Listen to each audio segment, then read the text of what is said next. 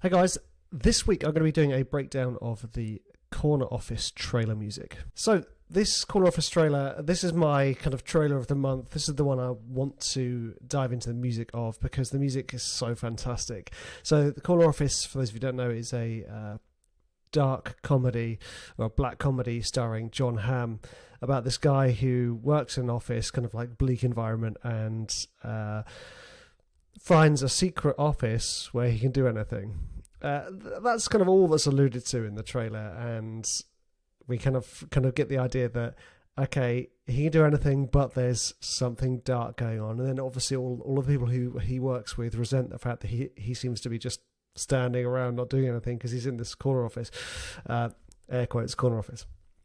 So because of this humorous element, and kind of like this kind of like close psychological feel, you would expect the music to do what it has done, which is they have chosen some close solo string, kind of quirky thriller stuff to play throughout the track.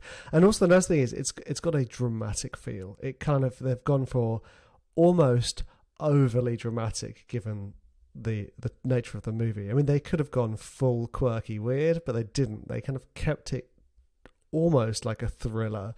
It does it, which makes it seem like a quirky thriller when you're watching it, which it might be. So we're going to dive into how the music has been used in the trailer and what you can learn from each section. So let's take a listen, and I'm going to start and stop and talk about individual parts, but we're going to dive straight into this. Now we need to listen to the instrumentation, one, how it's recorded, two, and anything else that you think is supporting the visuals and the narrative. Hello, Orson. We try to think about the floor.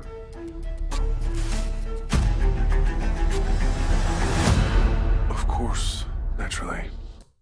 Okay, right, so immediately you're in this weird place where you don't fully know what's going on, but the boss has talked to John Hamm and he's been like, look, dude, we think about the floor, and you're thinking, what the fuck? So you're like, not sure what's going on, and the music supplies that. It kind of, this, obviously the ticking clock, the clicks, the clacks, they give this sense of something coming, the impending drama, the impending doom. You know, that's the nice thing about the time passing, ticking clock gives you this sense of something is happening, and there is tension and there is pace immediately just by chucking those in.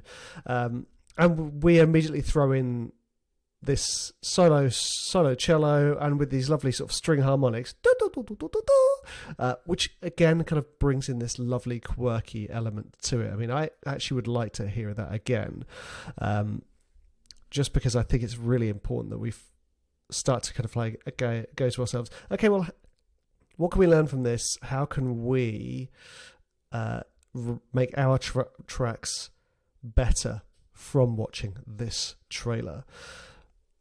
Straight in with the mood as well. That's the great thing. Hello, Orson. We try to think about the floor.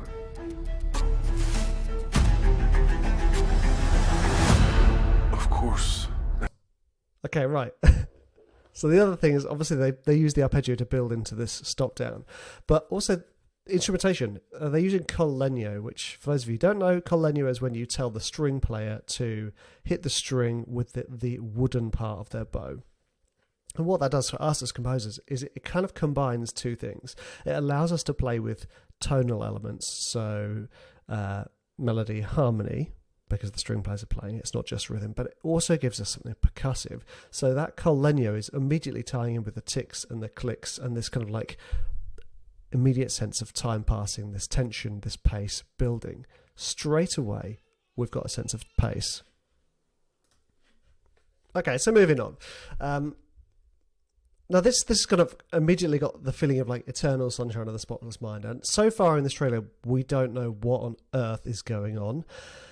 So my question to you is, does the music, as we continue, kind of give you this, enhance this disorientation, or does it give you a more solid foundation? You know, what is the music doing for that mood? Naturally.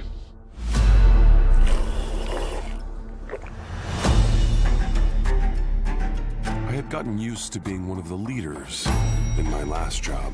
I was determined to build up the same position at work. That's how the coffee machine works. This is how the blinds work. Whenever anyone looked at me, I fired off a broad smile.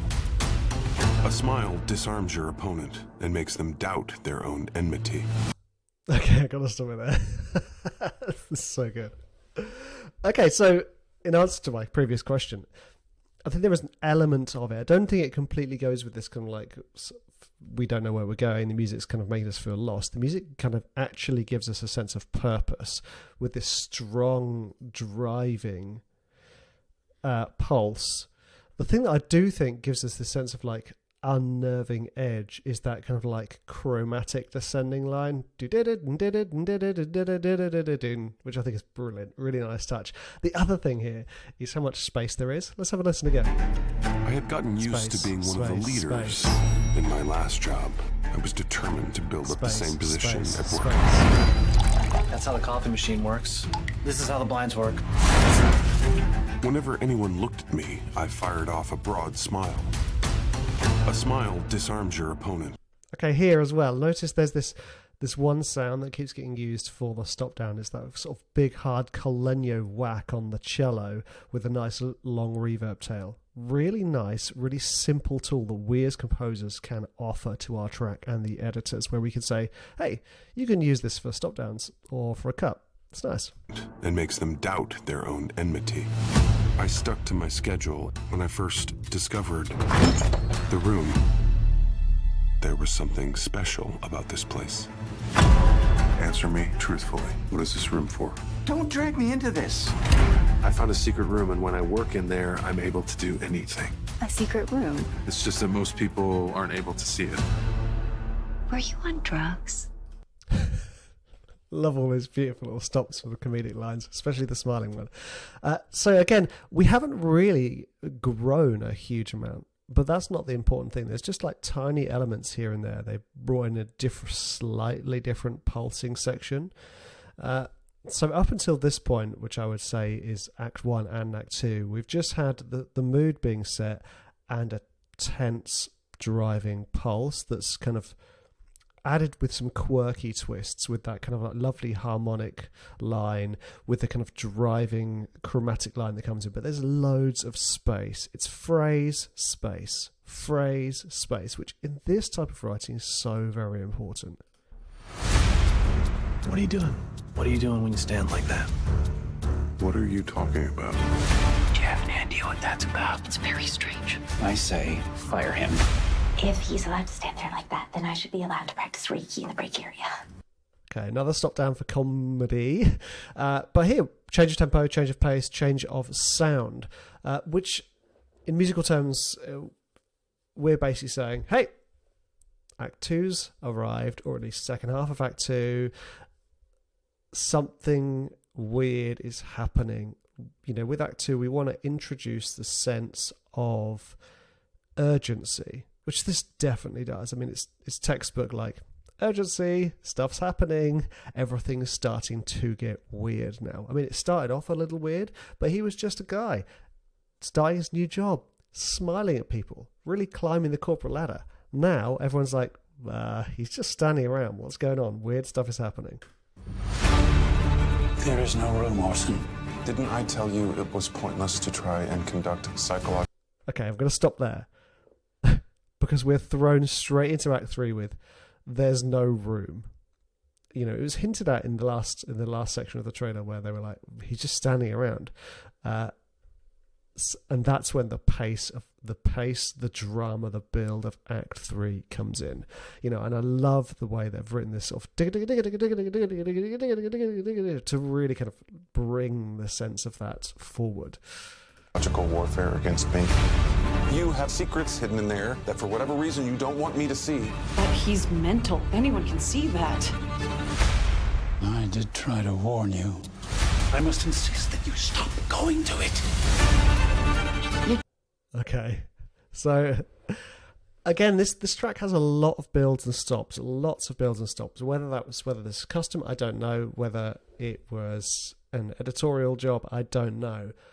But again, we can take that forward from this. If we're writing in this style, this kind of like quirky, oddball, but also dramatic and tense, almost neoclassical solo string stuff, adding in these stops and starts, these interesting builds, these interesting elements, just means that there's so much to play with in the trailer, so much to work with in the edit, and that's really important. Different from the other people here. I can tell. Larson? You want to tell me how far in advance all of this got worked out? Was I even one of the original intended victims? What exactly is it that you want? I just want to do my job. They don't care about you. You're a number in a column on a spreadsheet. I could view the world as something ominous, looming. Or I could choose to see the light. I chose to see the light.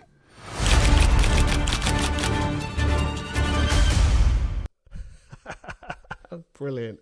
So we end the trailer with this like wonderful kind of classical sound, you know, almost Vivaldi-esque. And actually, when you're in this world, listening to Vivaldi's writing is just inspirational, because you suddenly hear it differently. You go, oh, wait a second, you know, even just listening to the Four Seasons, his writing is so rhythmic.